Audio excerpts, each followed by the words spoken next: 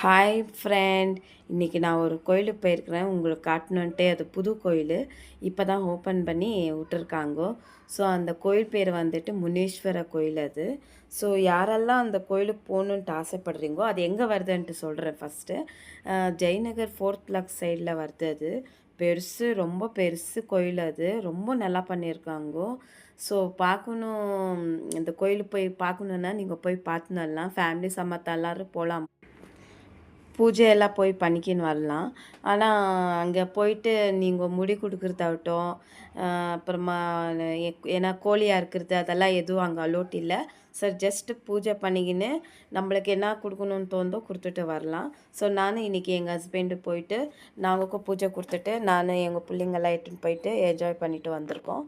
So நீங்களுக்கும் அந்த கோயிலுக்கு போனோன்னா போயிட்டு வாங்கோ. ஸோ உங்களுக்கு பிடிச்சிச்சின்னா லைக் பண்ணுங்க, சப்ஸ்கிரைப் பண்ணுங்க. தேங்க்யூ.